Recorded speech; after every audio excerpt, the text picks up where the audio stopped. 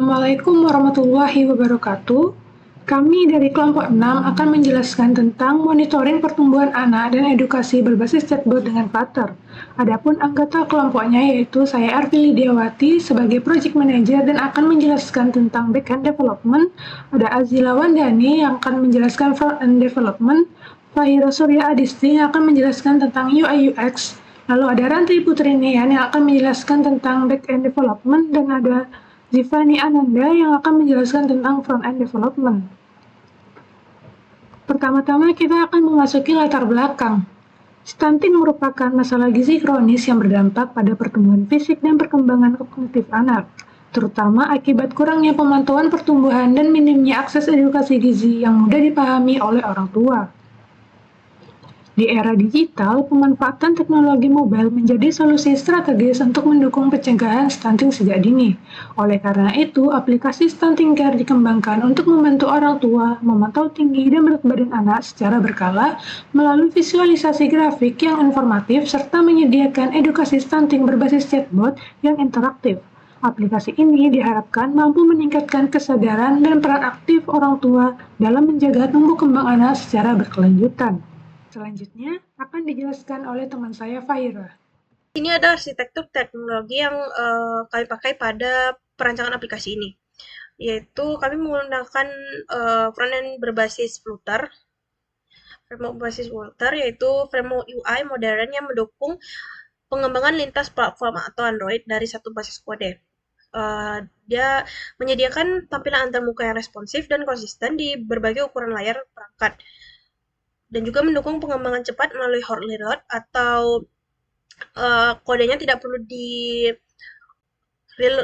website tidak perlu di secara terus-menerus seperti perubahannya secara instan, perubahan pada tampilan aplikasi itu, sehingga efisien dalam proses pengujian dan penyempurnaan fitur.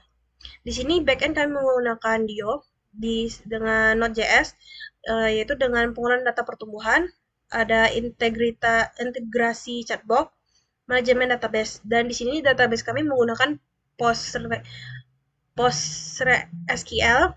Di dalamnya nanti akan ada data penyimpanan data anak, riwayat pertumbuhan, dan interaksi chatbot. Pada aplikasi kami ini, fitur utamanya yaitu growth tracking atau pemantauan pertumbuhan anak. Jadi hanya perlu input data berat dan tinggi anak secara berkala, dan juga nanti akan ditunjukkan ada tampilan visualisasi data dan bentuk grafik yang interaktif. Lalu juga ada Smart Chatbot Education, yaitu antarmuka chat yang responsif untuk tanya jawab seputar gizi dan stunting. Jadi bisa adanya tanya jawab kepada chatbotnya secara real time. Pada bagian saya akan menjelaskan tampilan user interface. Jadi di sini tampilan pertama yaitu ada tampilan page login dan register awal sebelum masuk ke aplikasi Stunting Care. Jadi di sini daftar pengguna baru memiliki daftar akun. Jadi membuat akun baru. Jadi di sini contohnya yaitu nanti daftar akun akan memasukkan nama lengkap pengguna, nomor HP atau email, membuat kata sandi, dan memasukkan alamat. Dan jika sudah membuat akun tadi, masuk ke halaman masuk, yaitu hanya memasukkan email dan kata sandi yang akun yang sudah dibuat tadi. Selanjutnya jika sudah masuk, ada tampilan homepage di awal, ada beberapa fitur yaitu home, pertumbuhan, edukasi, chatbot, dan profile. Pada tampilan home ini ada beberapa banner tabel edukasi yang mengingatkan apa tujuan awal untuk aplikasi ini dirancang. Lalu ada shortcut menu seperti jadwal, tumbuh, edukasi, chatbot, seperti untuk shortcut menu saja. Lalu ada di sini juga ada beberapa artikel rekomendasi, yaitu untuk edukasi tambahan saja. Lalu ada di sini ada tambah profil anak. Di sini nanti jika pencet tambah profil anak ada di sini langsung. Kita akan diminta input nama, gender, tanggal lahir, dan data kelahiran seperti berat lahir, panjang lahir. Lalu di bagian pertumbuhan tadi ada dua hal, yaitu di sini ada grafik dan riwayat. Jadi di tab grafik ini hanya memvisualisasikan perkembangan seperti berat, tinggi, dan lingkar kepala. Lalu ada tab riwayat. Oh, di sini yang grafik ini, tab grafik ini ada input validasi menggunakan itu untuk memastikan tanggal lahir penimbangan tercatat dengan benar. Lalu ada visualisasi dinamis, grafik akan memperbarui titik atau nodes baru segera setelah data berhasil dikirim ke backend JavaScript. Lalu ada interpretasi data menampilkan status gizi anak berdasarkan perhitungan dari data yang diterima melalui API. Lalu ada riwayat. Riwayat ini hanya tabel data history, jadi bisa ditambahkan beberapa data pertumbuhannya. Lalu ada di sini ada tab edukasi atau chatbot. Chatbot. Eh, di sini ada bubble chat UI, desain pesan yang membedakan antara user nanti akan di sebelah kanan dan chatbotnya akan di sebelah kiri. Lalu di sini chatbot ini juga merupakan real time communication yang mengirimkan pesan teks ke backend JavaScript dan menampilkan balasan chatbot dengan efek loading agar terasa alami. Lalu juga ada auto time education, yaitu chatbot diprogram untuk menarik informasi dari tabel artikel di database. Lalu di chatbot ini juga yang tadi dijelaskan yaitu interaksinya secara real time untuk pertanyaan yang diajukan oleh pengguna. Lalu terakhir ini ada profile. Di profile ini ada edit akun dan kelola data anak. Baiklah, sekian yang dapat saya sampaikan. Maaf apabila ada kekurangan kesalahan. Baiklah, pada bagian front-end, aplikasi ini dibangun dengan arsitektur yang terstruktur dan modular agar mudah dikembangkan serta dipelihara. Struktur folder tidak dibuat secara acak, tetapi dipisahkan berdasarkan tugasnya masing-masing dan komponennya masing-masing. Di sini ada folder core. Di sini ada folder core, yang mana folder ini berperan sebagai inti sistem front-end. Di dalamnya terdapat konfigurasi lalu konfigurasi global seperti pengaturan aplikasi dan tema, sehingga tampilan dan sistem dari aplikasi ini tetap konsisten di seluruh halaman. Lalu pendekatan ini memudahkan perubahan skala besar tanpa harus mengubah banyak file. Lalu ada pada bagian constants. Nah, itu digunakan untuk menyimpan nilai tetap seperti endpoint API dan warna. Dengan cara ini, front-end itu bisa terhindar dari penulisan nilai berulang dan lebih aman ketika terjadi perubahan pada sisi back-end atau desain UI-nya. Lalu ada komunikasi antar front-end dan back-end yang ditangani oleh folder dari network yang sebelah sini. Nah, itu merupakan seluruh proses request API yang dikelola secara terpusat, termasuk penggunaan interceptor untuk pengelolaan seperti kode verifikasi dan penanganan error. Jadi ini untuk buat proses integrasi back-end itu menjadi lebih rapi dan terkontrol. Lalu ada di folder storage. Nah, pada folder ini itu untuk menyimpan data penting secara lokal dengan aman, terutama data autentik. Nah, ini mendukung keamanan aplikasi sekaligus menjaga pengalaman pengguna tetap lancar. Lalu ada folder utilis, yaitu berisi fungsi pendukung seperti pengolahan tanggal, validasi input pengguna, dengan memisahkan fungsi utilitas logika aplikasi menjadi lebih bersih dan mudah digunakan kembali. Lalu ada folder features. Nah, folder features ini merepresentasikan fitur-fitur utama aplikasi. Pada setiap fitur berdiri secara mandiri sehingga jika ada penambahan atau perubahan fitur itu tidak mengganggu bagian-bagian lain dari aplikasi ini. Lalu ada folder share pada bagian sini. Itu digunakan untuk komponen yang dapat digunakan ulang sehingga front end menjadi lebih efisien dan konsisten. Lalu ada main Dart.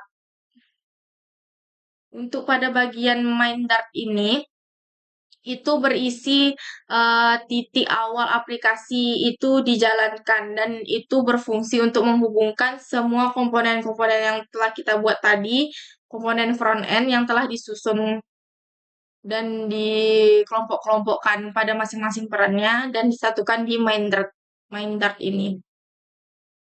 Oke, baiklah untuk fitur-fitur itu akan dijelaskan oleh teman saya.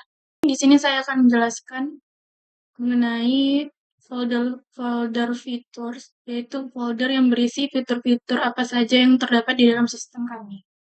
Yaitu ada fitur chat, fitur profil anak, fitur edukasi, dan fitur pertumbuhan. Yang pertama saya akan menjelaskan mengenai fitur utama dari sistem kami, yaitu fitur manajemen pertumbuhan atau growth.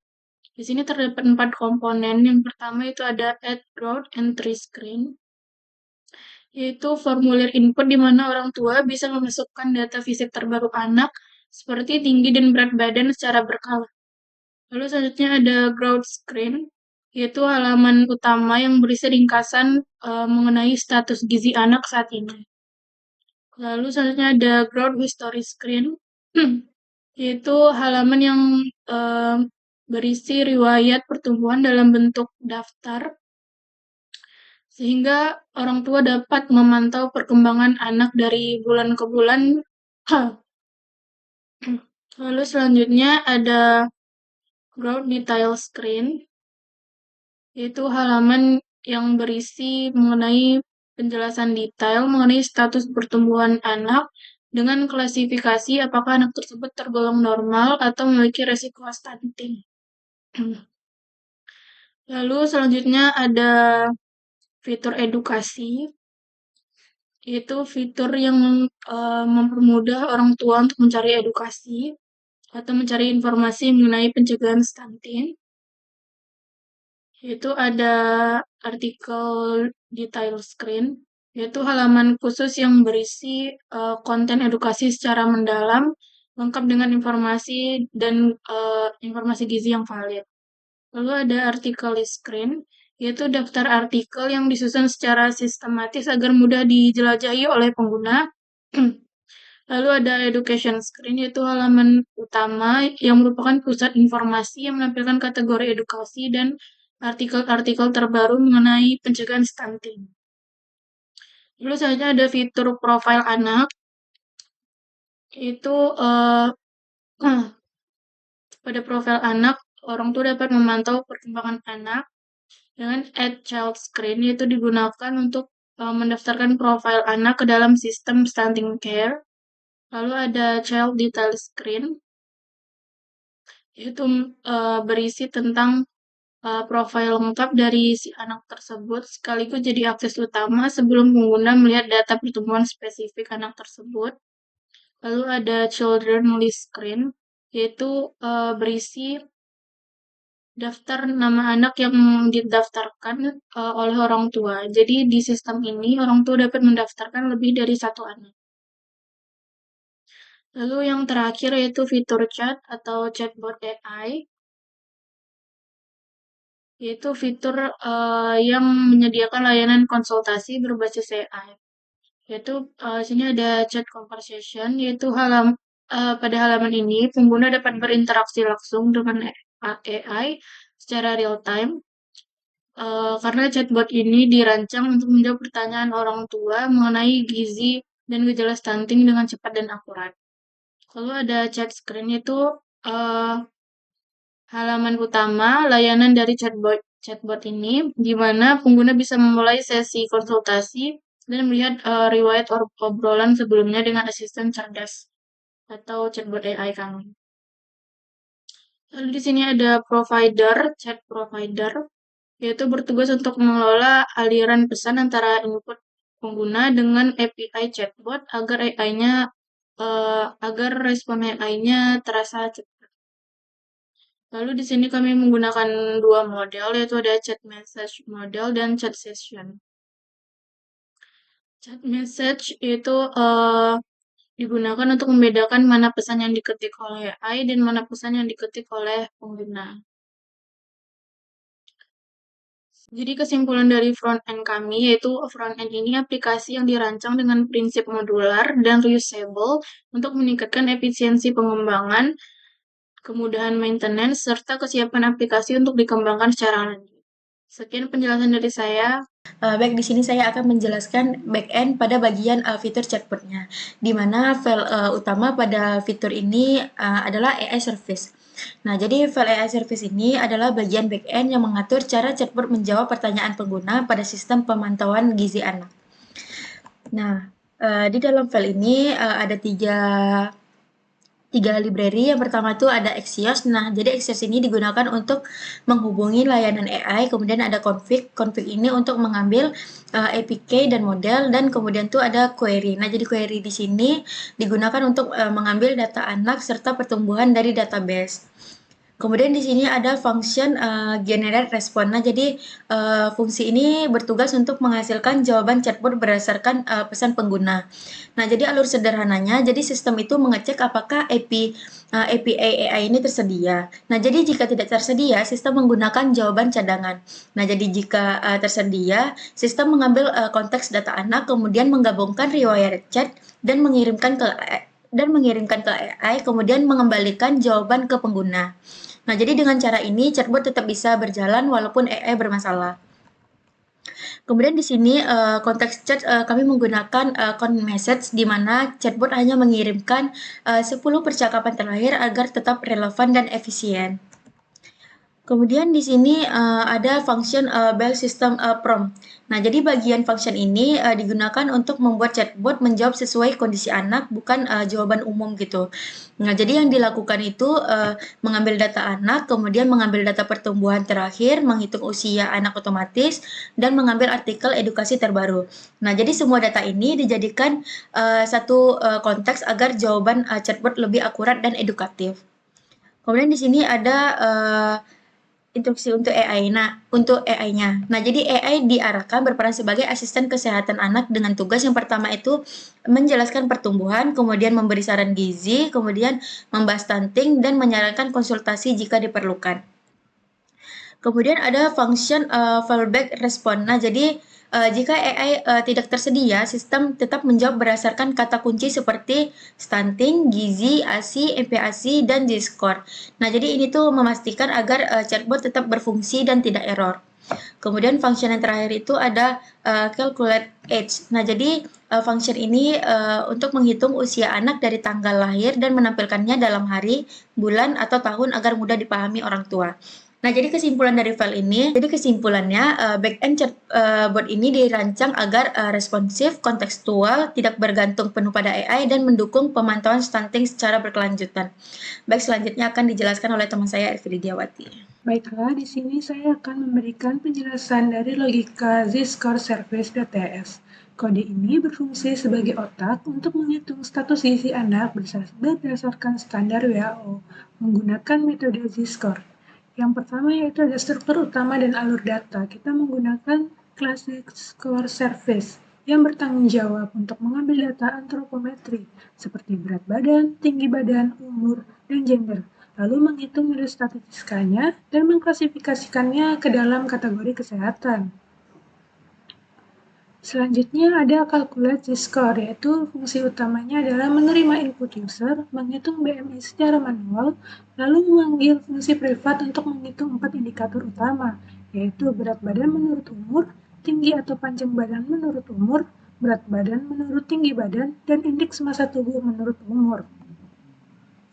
Selanjutnya yaitu ada logika perhitungan statistika. Kita menggunakan get reference, yaitu sebelum menghitung, kode harus mencari data pembanding dari database, di mana kode mencari nilai L, M, dan S dari data tabel WHO berdasarkan jenis kelamin dan usia. Jika data pas tidak ditemukan, Maka kode menggunakan order by ABS limit 1 untuk mencari data umur yang paling mendekati.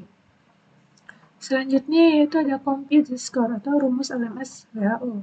Kita menggunakan LMS yaitu lambda, mi, dan sigma, di mana lambda yaitu mengatur kemiringan data, M atau mi yaitu nilai rata-rata tengah, dan S yaitu coefficient of variation, yaitu mengatur persebaran data.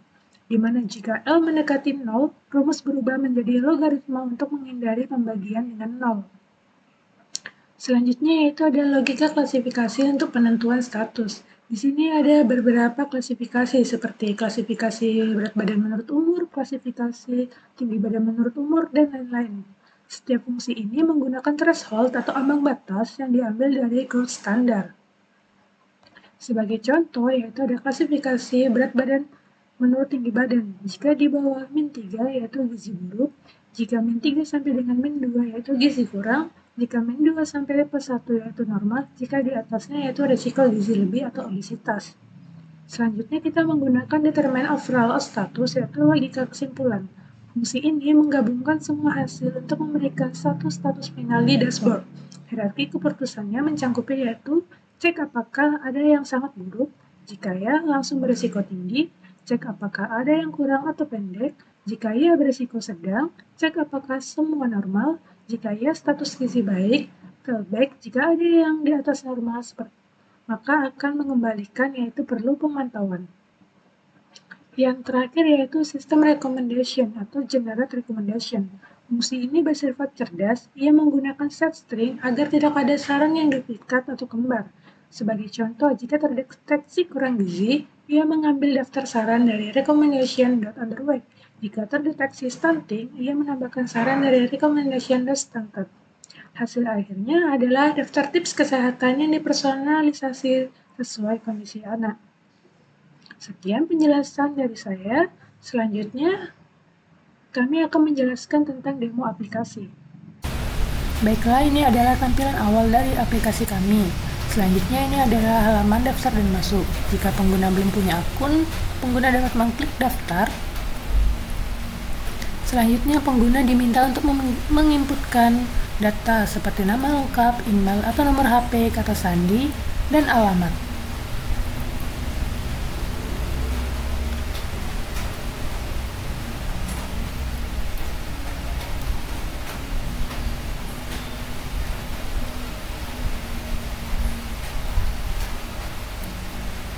Setelah selesai, pengguna bisa langsung mengklik daftar, dan selanjutnya pengguna akan dibawa ke halaman dashboard. Di sini berisi fitur jadwal, tunggu, edukasi, dan chatbot. Pada halaman tambah profil anak, kita bisa menambahkan data anak dengan menginputkan nama anak, jenis kelamin, dan tanggal lahir.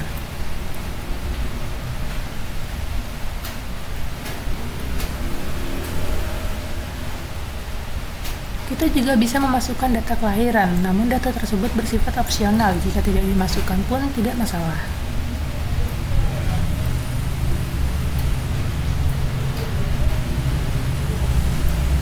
Lalu pengguna dapat mengklik simpan dan data anak tersimpan. Selanjutnya kita akan masuk ke fitur tunggu, yaitu untuk memantau pertumbuhan.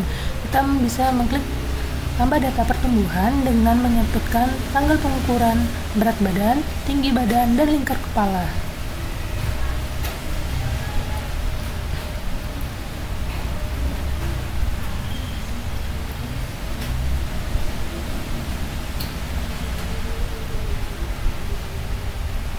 Jika sudah, pengguna dapat mengklik simpan, lalu sistem akan menampilkan grafik dan riwayat. Di sini terdapat grafik berat badan, tinggi badan, dan BMI. Lalu di sini juga terdapat keterangan status gizi, yaitu di sini perlu pemantauan. Pada halaman riwayat, di sini menampilkan pengukuran T-score status gizi dan rekomendasi.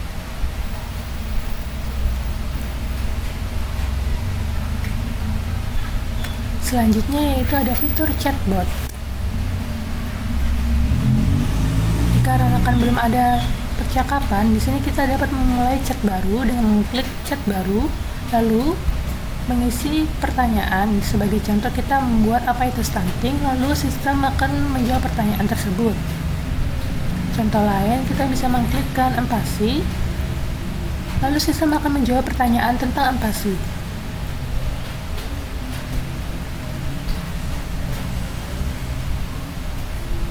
Selanjutnya ada halaman profile. Halaman ini bersih edit profil, data anak, notifikasi, dan lain-lain. Kita bisa keluar dan masuk kembali. Dikarenakan kita sudah melakukan daftar, kita bisa login ulang menggunakan email dan kata sandi yang telah kita daftarkan.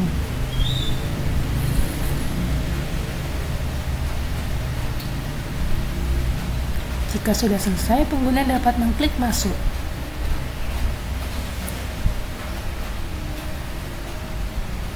Sekian demo dari aplikasi kami. Baik, dari hasil demo yang telah kami lakukan, ini adalah hasil dari black box testing pada fitur login. Nah, di mana skenario login valid, pengguna menginputkan email dan passwordnya dengan benar, kemudian output yang diharapkan itu berhasil masuk ke dashboard dan hasilnya valid karena sistem berhasil membuat pengguna masuk ke dashboard. Kemudian skenario password salah.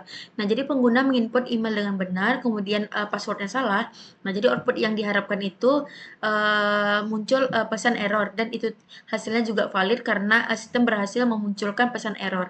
Kemudian di skenario file kosong, nah jadi di sini pengguna menginput email atau password itu kosong. Nah, jadi output yang diharapkan itu peringatan wajib diisi dan itu valid karena sistem berhasil menampilkan peringatan wajib diisi. Kemudian pada hasil black box testing pada fitur chatbot edukasi, skenario pertama itu pertanyaan tentang stunting. Nah, jadi pengguna itu menanyakan apa itu stunting dan jadi output yang diharapkan itu chatbot berhasil memberi penjelasan stunting. Nah, hasilnya valid karena chatbot berhasil memberikan penjelasan tentang stunting. Kemudian skenario kedua itu tentang pertanyaan gizi. Nah, jadi pengguna ini menanyakan tentang makanan sehat balita. Nah, output yang diharapkan itu rekomendasi makanan bergizi dan hasilnya valid karena chatbot berhasil memberikan rekomendasi makanan bergizi. Kemudian skenario yang ketiga itu input tidak relevan. Nah, jadi pengguna itu menginput kalimat acak atau tidak relevan. Nah, output yang diharapkan itu chatbot memberikan respon umum dan hasilnya valid karena chatbot berhasil memberikan respon umum. Baik, selanjutnya yaitu black box testing pada fitur input data pertumbuhan. Pada skenario 1 yaitu input valid, yaitu dengan menginput berat badan dan tinggi badan yang sesuai, di mana output yang diharapkan adalah data tersimpan dan hasilnya adalah valid, di mana sistem dapat menyimpan data. Yang kedua yaitu ada input kosong, yaitu dengan menginput berat badan atau tinggi badan yang kosong, output yang diharapkan adalah pesan error dan hasilnya adalah valid, karena sistem berhasil menampilkan pesan error. Selanjutnya adalah input tidak logis, yaitu inputan BB negatif, di mana output yang diharapkan adalah validasi gagal. Hasilnya adalah valid, di mana sistem menampilkan validasi gagal. Selanjutnya yaitu pada fitur riwayat pertumbuhan. Pada skenario 1 yaitu lihat riwayat, inputnya adalah data tersedia, di mana output yang diharapkan adalah menampilkan riwayat pertumbuhan dan hasilnya adalah valid, di mana sistem berhasil menampilkan riwayat pertumbuhan. Yang selanjutnya yaitu adalah data belum ada, inputannya adalah riwayat kosong. Output yang diharapkan adalah pesan informasi dan hasilnya adalah valid, di mana sistem dapat menampilkan pesan informasi bahwa data belum ada. Selanjutnya yaitu ada fitur grafik pertumbuhan. Skenario 1 yaitu adalah data lengkap, di mana kita menginputkan berat badan dan tinggi badan yang tersimpan. Output yang diharapkan adalah grafik tampilan pada sistem, dan hasilnya adalah valid, di mana sistem berhasil menampilkan grafik. Yang kedua adalah data belum lengkap, yaitu input data kurang. Output yang diharapkan adalah grafik tidak tampil, dan hasilnya adalah valid, karena jika kita menginputkan data yang tidak lengkap, sistem tidak akan menampilkan grafik. Kesimpulan pengembangan aplikasi Stunting Care ini adalah aplikasi chatbot edukasi stunting dan pemantauan pertumbuhan anak berbasis Flutter dan Node.js mampu menjadi solusi digital yang efektif dalam meningkatkan pemahaman masyarakat tentang stunting serta membantu pemantauan tumbuh kembang anak secara sistematis. Melalui fitur edukasi interaktif dan pencatatan pertumbuhan yang terintegrasi, aplikasi ini mendukung upaya pencegahan stunting secara dini dan berkelanjutan. Sekian presentasi dari kelompok kami. Apabila ada kesalahan kami mohon maaf sebesarnya. Kami akhiri. Wassalamualaikum warahmatullahi wabarakatuh.